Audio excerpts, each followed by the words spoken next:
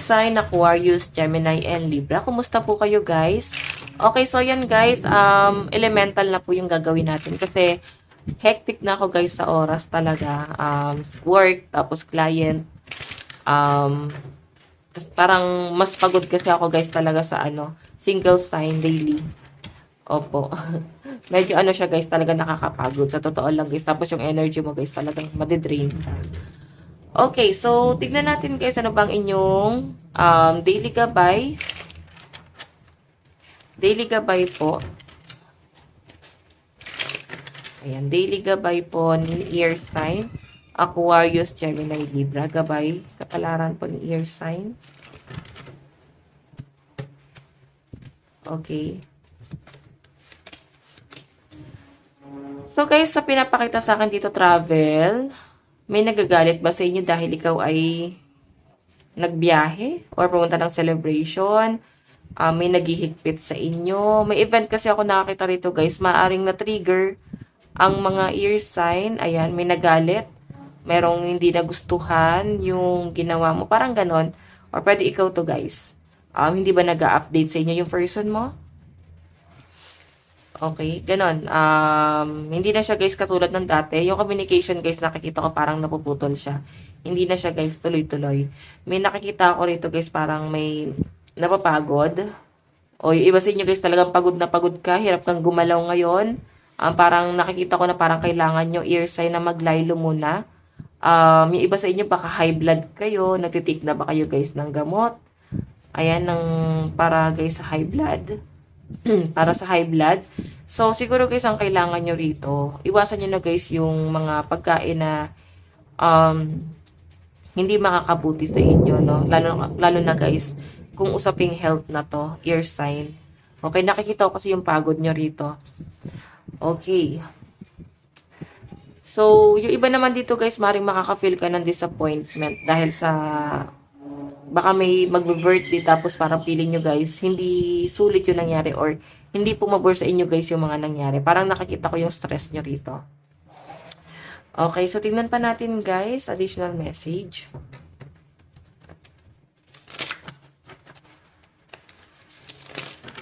Okay, additional message po.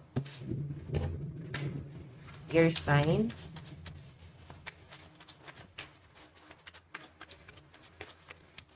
Meron po tayong care. So, yung iba sa inyo guys, siguro mas nagpo-focus ka sa mga anak mo. Yung iba sa inyo guys, mukhang meron pong plano na pregnancy or ano ba to, nagpa-family planning. So, parang nakikita ko sa inyo ear sign, mas ka ngayon, mas focus ka sa mga anak mo. Kung may anak ka guys, no? Parang sila yung mas priority nyo guys dito. Okay? So, yan, nakikita ko guys, or nakikita rin guys ng ibang tao yung pagiging responsible nyo, lalo na sa mga anak. Nakikita nila guys yung kabutihan nyo. Okay, so titignan natin dito. Ear sign. Or pwedeng ikaw to guys, maring masyado ka guys, responsible na anak talaga. Kaya parang nakikita ng mga tao yung kabutihan mo sa magulang mo. Okay, so guys, meron tayong friendship. Ayan. Alam nyo guys, ito ha, sobrang supportive din sa'yo yung mga friend mo. Or nagkakaroon ka guys ng parang mga bagong circle of friends. Sobra sila guys natutuwa sa inyo. Gumagaan yung pakiramdam nila dito guys sa inyo. Okay, so guys, ayan po.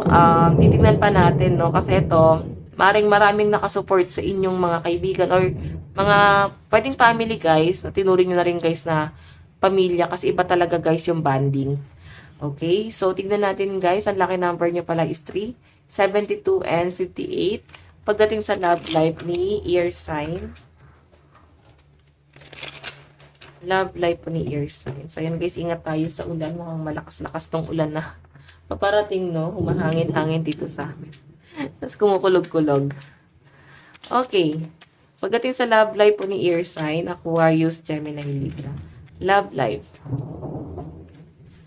May nakikita ako dito guys, relocation. So, parang lumipat ng bahay or parang may tinalikuran, iniwan. Hindi magiging madali, no, sa pinapakita sa akin. May mga na-involve sa third party. May nakikita ko air sign na mukhang may humihingi ng tawad pero mukhang parang sinasabi dito bigyan ng second chance. Ayan no, lumalapit siya rito guys. Parang willing yung person na to guys na ayusin kung ano man guys yung naging gulo sa inyo. Kung inabandon na ka, ear sign ng person mo. Kung makikita nyo guys yung tubig, galit na galit, no? Siya yung gumawa ng problema, kaya parang siya rin guys ang aayos ng problema. And kung makikita nyo guys the world, hindi pa kayo guys desidido ear sign kasi mukhang hirap ka pa rin guys makarecover sa mga masasakit na ginawa sa inyo nitong taong to guys. And nandun ka sa point guys na 4 of cups, nakatingin ka pa rin to sa 3 cups eh. So, maring nilagay ka sa third party, nakatingin ka pa rin guys dun sa kasalanan ginawa niya sa inyo. Siguro guys napatawad nyo na ear sign. Pero, ang hindi nyo guys kayang ialis dito is yung trauma. Napatawad nyo na pero parang takot na kayo guys bigyan ng chance itong taong to kasi yung ginawa niya nga sa inyo. Pero guys, itong taong to, parang parang desidido siya na maayos talaga kayo. Okay, yung iba naman dito guys, pwedeng ikaw naman ear sign ang gumawa ng kasalanan. Baka ikaw nagkaroon ng third party. So, si person mo guys, yung parang nakatingin dun sa 4 of cups. Pero alam nyo guys, parang konting lang to, konting hilot. Mukhang maayos nyo pa to ear sign. Yung iba sa inyo guys, mukhang meron kayong pinagdadaanan ng person mo na problema. Pwedeng sa problema mo sa pamilya. Nandun sa point na nandito lang yung person mo, nakasupport sa inyo kung ano man guys yung pinagdadaanan mo, problema sa pamilya mo. So, sa mga single naman dito guys, siguro, ayan, paparating pa lang tong person na to at mukhang nga ayusin niya rin naman to kung siya tong umalis, no? Basta kung sino ang umalis dito, guys. Siya rin yung aayos. So, pagdating sa daloy ng pera ni ear sign, daloy ng pera po ni ear sign, kaperahan po ni ear sign. So guys, meron tayong temperance. Meron tayong page of swords. Meron tayong hermit. So iba sa inyo guys siguro nag-aantay ka din talaga ng paparating na pera. So the hermit kasi guys ay meron kang inaantay. Yung iba sa inyo siguro tinitipid mo rin yung sarili mo, meron ka bang problema sa health. So, I think, ear sign inaantay mo rito is maaprubahan siguro muna yung iba mong plano. So, parang hindi nyo muna masyado guys iniisip yung health mo rito eh.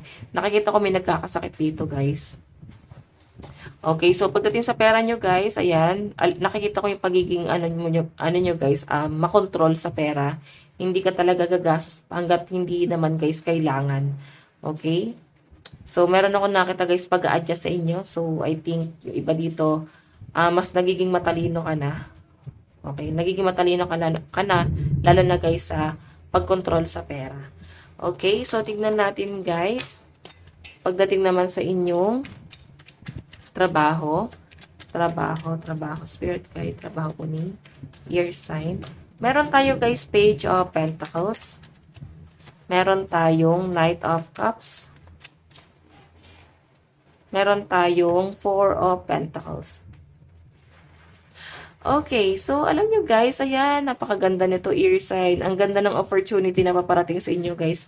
Page of pentacles guys, bago. Knight of cups, pwede may mag-aalok din sa inyo guys ng bagong pwedeng pagkakitaan ear sign. Napakaganda nito. I think i-grab mo to opportunity na to.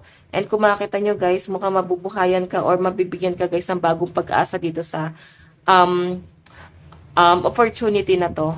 Okay? So, parang go na go or game na game ka na dito sa bagay na to kasi parang gustong-gusto mo naman to. Okay? 6 of cups. So, nakikita ko rito guys, ang daming offer guys. Parang bubuhos ang blessing sa mga ear sign. Siguro guys, nakita na talaga ni universe yung lesson. Okay? Maaring meron kang ginawa na hindi talaga maganda at natuto ka dun sa mga maling action na ginawa mo. Kumbaga may lesson na nangyari dito. May lesson eh. Natuto ka na. So, eto na nga guys, bumubuhos na po ang magagandang biyaya sa inyo guys. Sunod-sunod na to guys, no? Baka ma-overwhelm ka sa blessing na paparating.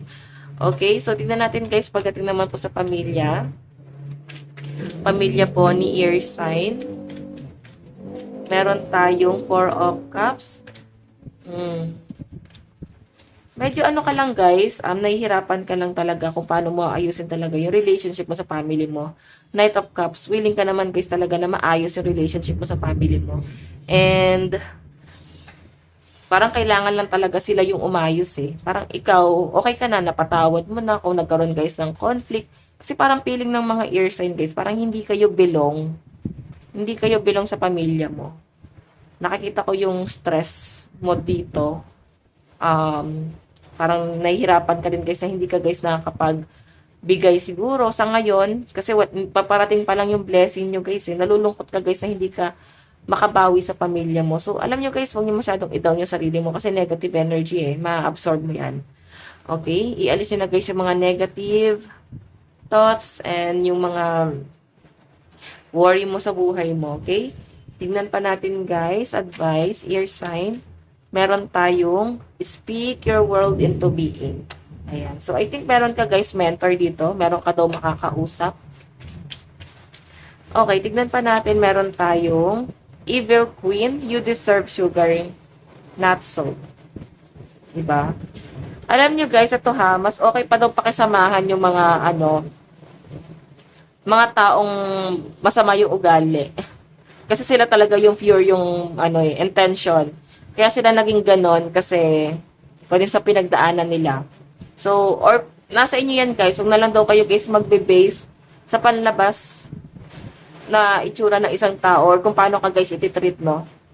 So, pakiramdaman nyo guys kasi parang meron dito guys mapagpanggap na energy. Okay, so ear sign, ito lang po ang inyong reading. Maraming salamat. Bye-bye.